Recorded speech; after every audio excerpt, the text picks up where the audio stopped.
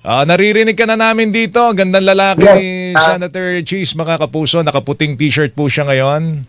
Joel Weng sa ating mga taga-subaybay, magandang umaga sa inyo. Na-late lang ng konti yung monitor, Joel. Sorry. Okay lang po, Senador. Siguro magandang malaman namin sa first few days mo as Senate President, kamusta ang pakiramdam? Ano ang karanasan so far in the first few days na ikaw ay ang bagong talagang Senate President? Mahirap ba yung trabaho? Mabigat yung trabaho, Joel. Ang bago ay tumatayo ako hindi lamang bilang kinatawan ng sambayanan sa Senado, kundi bilang ama na rin ng institusyon at ng opisina ng mga opisyal at empleyado ng Senado. Ang inasikaso ko na itong mga nagdaang araw yung tahanan namin, yung Senado mismo. Dahil hindi may kakaila yung mga reporter nyo na nasa Senado, wala kaming aircon mula nung May 10. Ay, ganun? At mabot pa yan hanggang SONA, tinitiyak ko na hindi mangyayari yan, John Weng. Bakit ba nung problema sa Ano aircon nangyari niyo? sa kuryente ninyo, sa aircon? Sa simpleng dahilan, hindi kuryente ang problema. Ang problema ay yung module ng chiller. Umaanda rin chiller, umaanda rin aircon, pero yung control na digital nasira at walang in-order na manual override ng Senado para umandar pa rin yung aircon maski nasira yung module. Patay tayo dyan, Senate President. Sorry, yung problema. Pero Alright. eto, meron na ba kayong naging hakbang, Senate President Cheese, kung papaano po magre-reach out do sa kampo ng grupo ng mga senador na nawala sila sa posisyon after po nang mangyari yung Senate leadership change? Pito yan, pito. Yes. Medyo mabigat na bilang daw po yan, Senador. Well, matapos ang aming botohan nung Lunes, nagkausap naman kaming lahat. Lahat sila, nakausap ko na. Lahat ng ibang mga senador, nakausap-usap naman na. At naniniwala ako, Joel Weng, alam at sanay ang bawat senador dahil mga veterano na yan. Graduating na nga ang ilan eh. Graduating na nga si Senator Angara at Senator Nancy eh.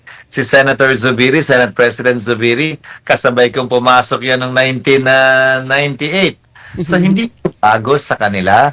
Nakita na nalang nangyari to at naniniwala akong ordinary na rin ito sa kanila. Bagaman na ngayon, personal silang involved, hindi tulad sa nagdaan.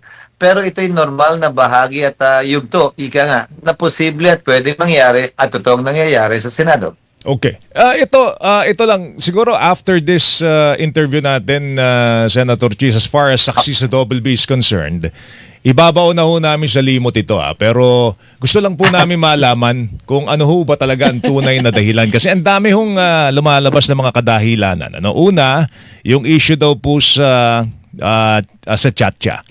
Ikalawa, yung issue po kay Pidea Leaks.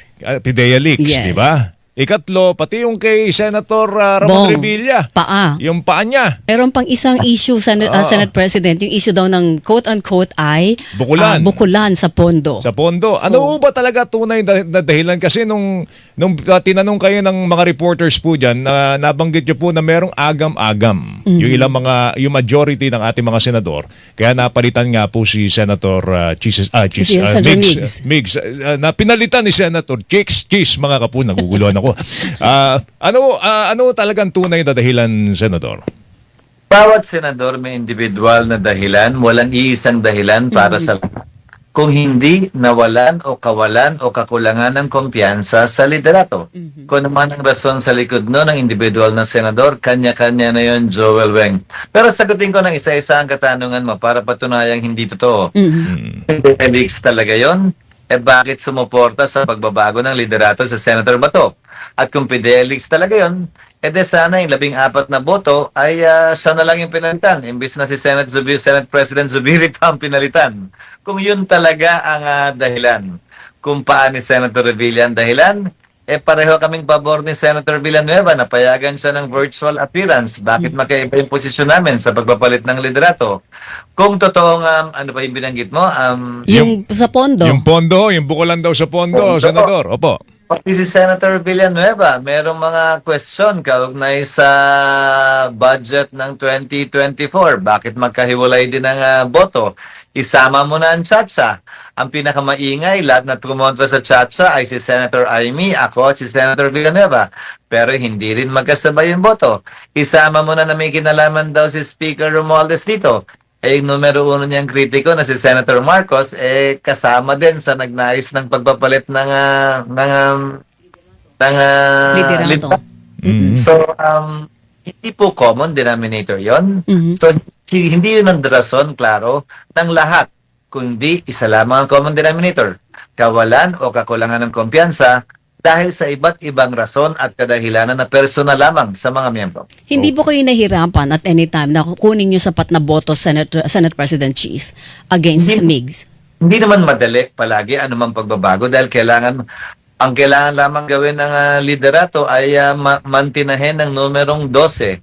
Ang kailangan gawin ng nais ng pagbabago ng liderato ay makakuha ng dagdag pang isa para 13. Okay, Kung hindi natanong naman siguro kung hindi naman kalabisan, Weng, pwede ba natin matanong si Senator Cheese anong dahilan niya kung bakit pumirma siya ron?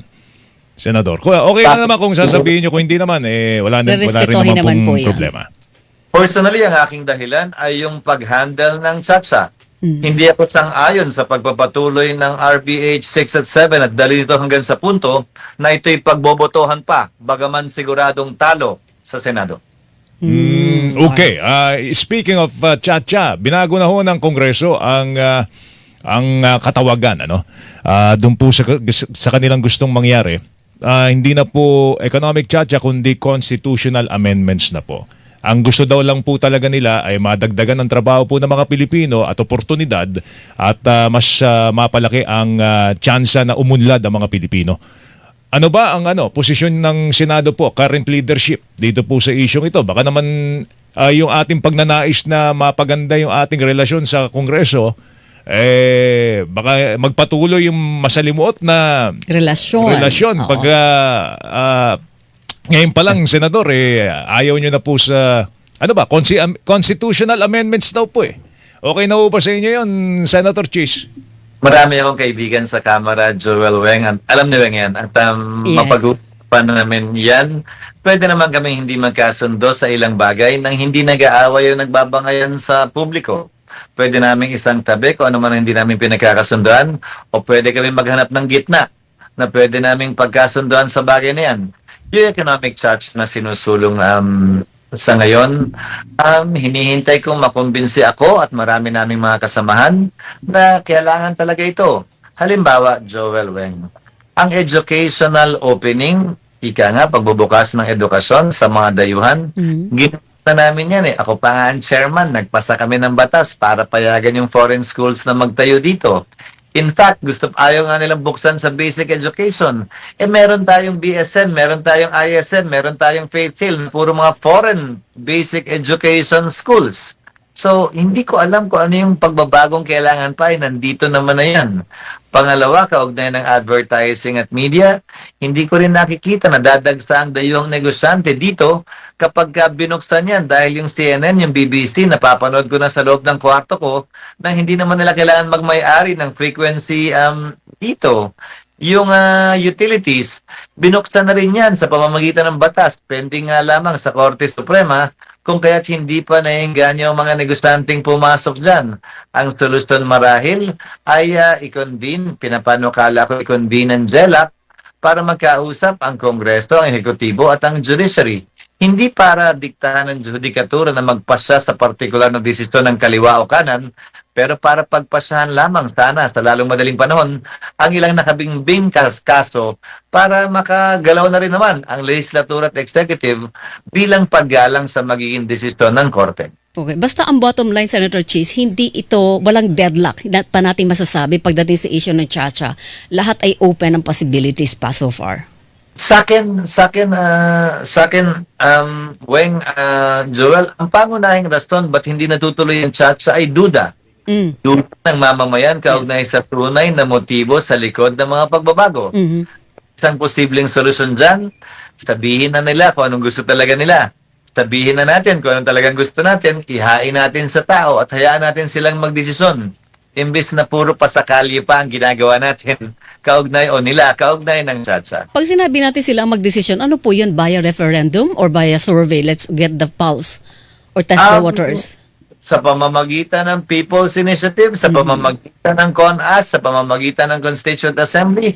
Kasi Weng, unti-unting lumalabas na merong mga political naman talagang pagbabagong nais silang gawin eh. Opo. Ito pa talaga ang nais nila, diretsohin na ninyo, diretsohin na natin ang publiko. Dahil lalong tinatago ito, lalong magdududa lamang ang publiko at lalong ito'y hindi matutuloy. Okay, yung amendment po sa Rice Tarification Law, Senador, anong maitutulong po ng Senado para mapababa po natin yung presyo naman ng bigas? Well, nagkasundo na si Senator Villar at Senator Marcos. Ayon kay Senator Villar na nag-imbita ng hapunan si Pangulong Marcos sa Senado. Yung detalye, si Senator Villar na maghahain bago kami mag-resume. Inaasahan ko ang committee report ng RTL amendment ay maihahain na ni Senator Villar bago kami mag-resume para matalakay namin ito sa lalong madaling panahon. Ang pagpapababa ng presyo ng bigas, Joel, ay sa dulo, question pa rin ang supply. Pag kulang ang supply, mataas ang presyo. Pag sobra ang supply, bababa ang presyo.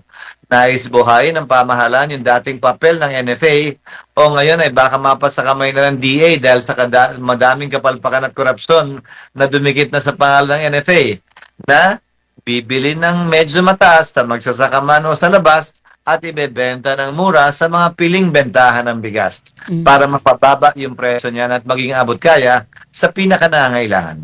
Okay, Senador, sana hindi ito ang huli na Dami pa namin gustong pakipagtalastasan itanong, sa inyo. kaya lang alam namin na short ang aming time with you. Pwede pang ihabol, Weng. Pero siguro sa mga Nahiya susunod ako sa'yo. pang pagkakataon, Senador, salamat sa oras mo. Mag-ingat yan. Regards kay Ma'am Hart. Oo, siya na ang presidente ng Senate Spouses Foundation. Yun, no? Yun yata ang schedule niya ay may shooting sila ng station ID. Yeah. Sa Rizal Park yata yung Senator today. Alright. Sige, we will see you at the gala, ha? Senador, Oo nga. mag-ingat kayo, ha? Thank Sir, you. thank you. Salamat, Joel. Salamat, Weng. Good morning. Good Salamat sa morning. ating- Morning po sa inyo, si Senate President Francis Chis Escudero, mga kapuso. Hinihilingan, walang Pinoy